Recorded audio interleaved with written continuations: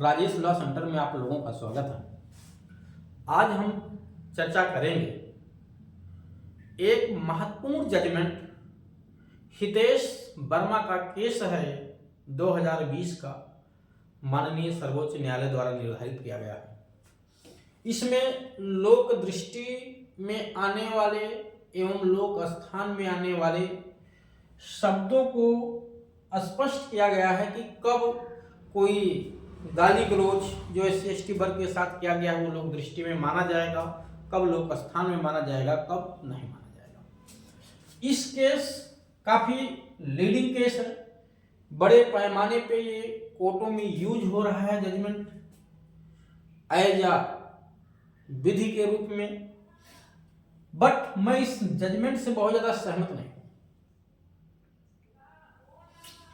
इस जजमेंट का आलोचनात्मक परीक्षण करूंगा, एक एक बिंदु देखिएगा। मुझे लगता है कि इस जजमेंट से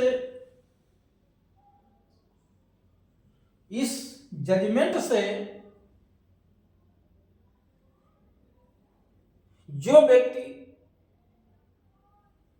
दोषी है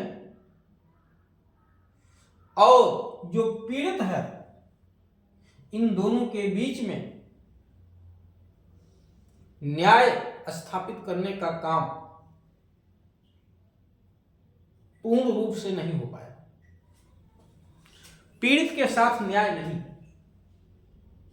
प्रत्येक दशा में, कुछ दशाओं में तो न्याय हो सकता है लेकिन प्रत्येक दशा में न्याय नहीं है। क्यों नहीं है मैं एक एक करके सब समझाऊंगा।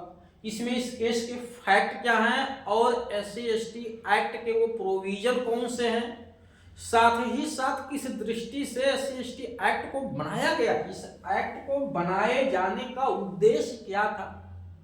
जब तक आप इसके उद्देश्य पर नहीं जाएंगे तब तक फैसला करना पूर्ण रूप से न्यायोचित नहीं हो सकता।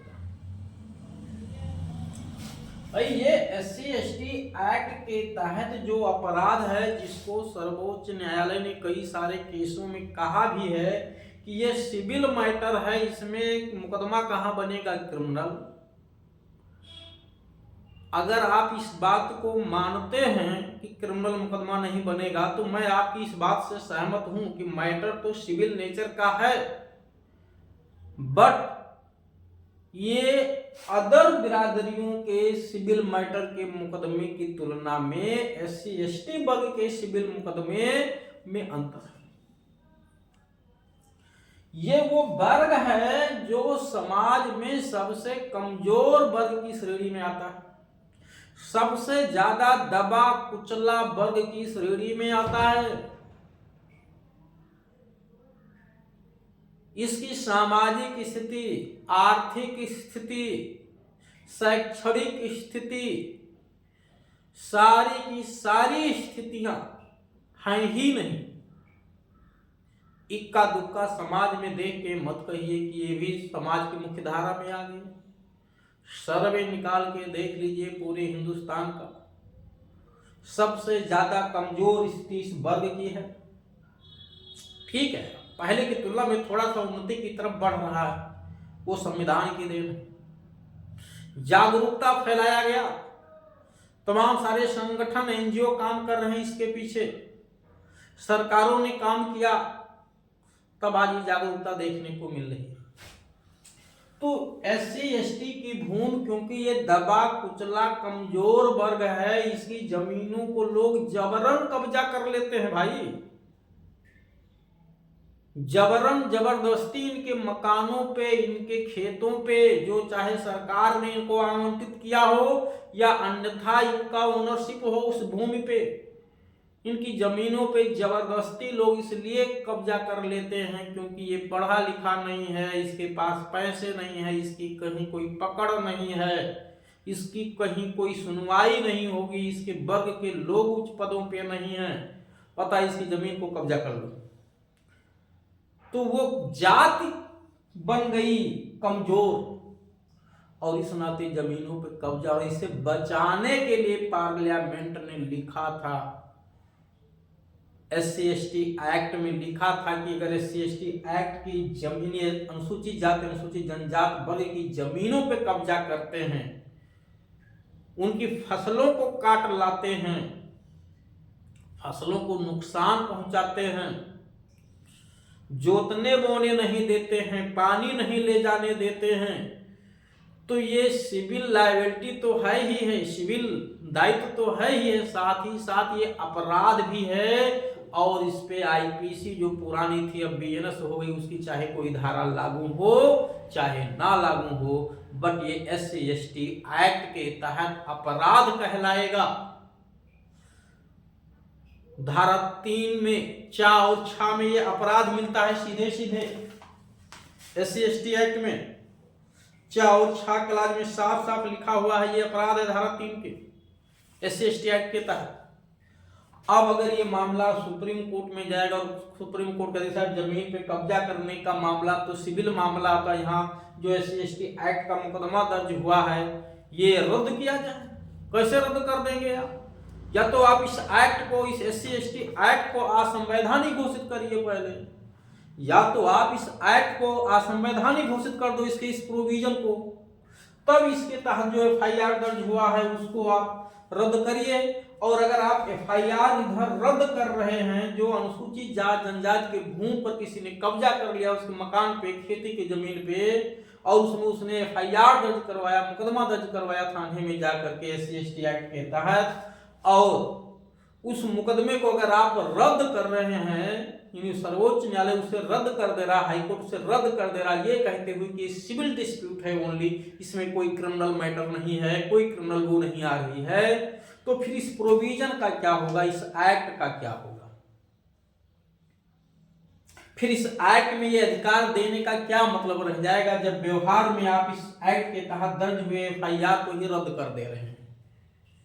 तो या तो आप इस प्रोविजन को कह दीजिए असंवैधानिक है, ये गलत लिखा हुआ है, और अगर नहीं कह रहे हैं ये प्रोविजन असंवैधानिक है, तो फिर इस एक्ट के तहत जो कार्रवाइयां होती हैं उस कार्रवाइयों को आप असंवैधानिक नहीं कह सकते, और कह रहे हैं तो ये फिर गलत है, मैं इससे सहमत नहीं हो सकता।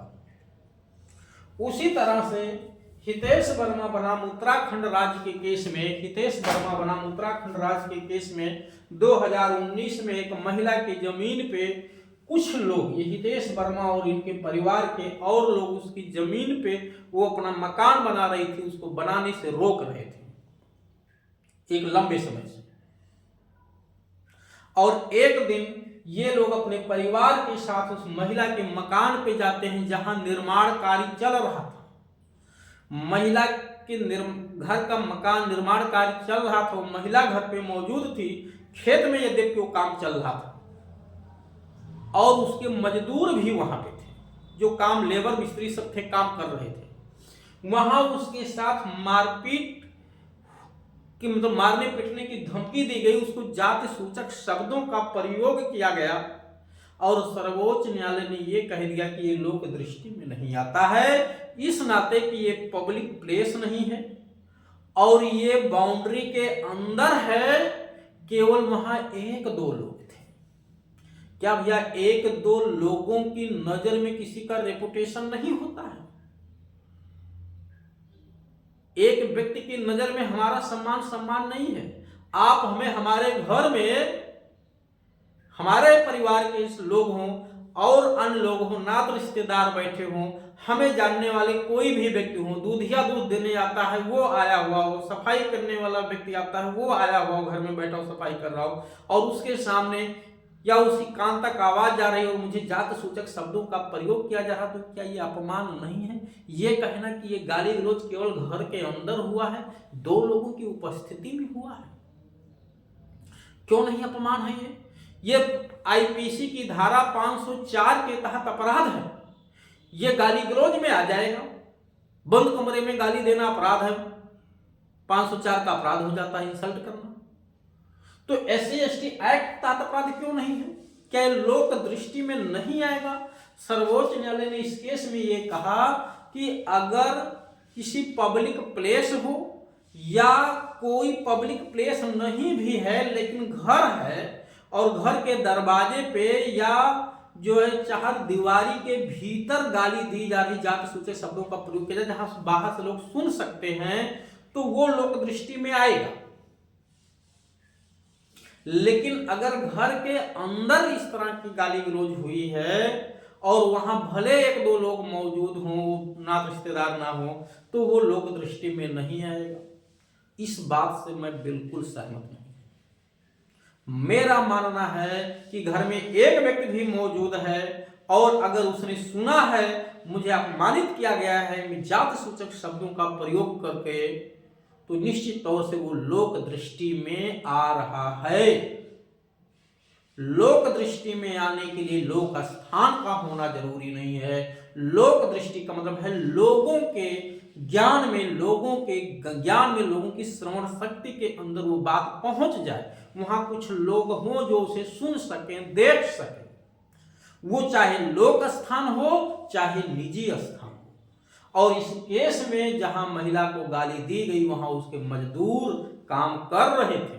क्या मजदूरों की नजर में उस महिला का सम्मान नहीं था? क्या मजदूरों की नजर में उस महिला का रेपुटेशन नहीं डाउन हुआ? क्या उसका अपमान नहीं हुआ? ये कहते हुए कि नहीं हुआ, केस को खारिज कर दिया गया। अभी अलग की बात है कि सर्वोच्च न्यायालय में इससे बड़ी अदालत नहीं है, लेकिन पीड़ित तो असहाय थे, नहीं तो इस पीड़ित के यहां तो सरकार को जाना चाहिए था, रिव्यू में जाना चाहिए था। और अगर रिव्यू में भी सर्वोच्च न्यायालय अपने फैसले को नहीं सुधारता तो निश्चित तौर से सरकार को इस पे संशोधन करके कानून को स्पष्ट करना चाहिए था। इस नाते ये जो जजमेंट है हितेश वर्मा का, इस सीमा तक तो सही है कि लोग पब्लिक प्लेस पे हो या पब्लिक प्लेस नहीं है लेकिन घर का ऐसा स्थान है, दरवाजा है, छत का ऊपर है, जहां से लोग सुन सकते हैं, देख सकते हैं, तो वो लोक दृष्टि मानी जाएगी। लेकिन अगर घर के अंदर गाली दी जा रही, भले एक दो लोग उपस्थित हों, तो ये लोक दृष्टि नहीं है। इस बात से मैं सहमत नहीं हूं कि घर के अंदर अगर गाली दी गई और वहां भी लोग मौजूद हों घर के अंदर। भैया घर के अंदर बर्थडे पार्टी चल रही थी, घर के अंदर हम दो लोगों को लाए थे, कुछ दिखाने के लिए निर्माण कार्य करवाना था, वहां गाली गलौज हो गया, तो ये लोक दृष्टि नहीं है। और भी लोग वहां पे मौजूद थे, निश्चित तौर से लोक दृष्टि। तो लोक दृष्टि और लोक स्थान में अंतर है। और एक बात बता दें, इन जाति का प्रयोग यानी जो SC ST वर्ग की जाति है, जो जाति जहां दुसाध, चमार, हरिजन, ठीक है, जो शब्द जहां पे भी चलता है, इन शब्दों का प्रयोग अगर गाली गलौज में किया जा रहा है तो वो गाली के सेंस में यूज किया जा रहा है, उसे नीचा दिखाने के लिए कि तुम इस जात को, यानी तुम नीच आदमी हो, तुम्हारा समाज में कोई स्थान नहीं है, तुम हमारे बगल में बैठ नहीं सकते हो, पानी नहीं पी सकते हो, खा नहीं सकते हो। ये शब्द अपमानित शब्दों की श्रेणी में आते हैं। अगर इस शब्द का प्रयोग करके कोई गाली दे रहा है तो मैं मानता हूं कि वो उसे नीचा दिखाने की दृष्टि से दे रहा है। और अगर आप कहते हैं नहीं सर आप गलत कह रहे हैं, तो आप बताइए, किसी वर्मा को गाली देते समय कोई पटलवा कहता है? तुम कुर्मी जाति के हो, तुम ब्राह्मण जाति के हो, तुम क्षत्रिय जाति के हो, तुम ठाकुर जाति के हो, नीच आदमी हो? कोई ऐसा ठाकुर जैसा शब्द के गाली देता है? नहीं। क्यों? क्योंकि ठाकुर हो, पटेल हो, यादव हो, क्षत्रिय हो, ब्राह्मण हो, इन बिरादरियों को, इन जाति को, इन शब्दों को नीच शब्द की तुलना से समाज नहीं देखता है। इस नाते ऐसे शब्द को प्रयोग नहीं करता, क्योंकि जानता है इस शब्द का प्रयोग करेंगे तो भी इस पे कोई प्रभाव नहीं पड़ेगा, इसका समाज में कोई बदनामी नहीं होगा। ये बात समझ में आएगी? तो अब देखिए ये जजमेंट कब तक चलता रहता है सर्वोच्च न्यायालय का, ठीक है।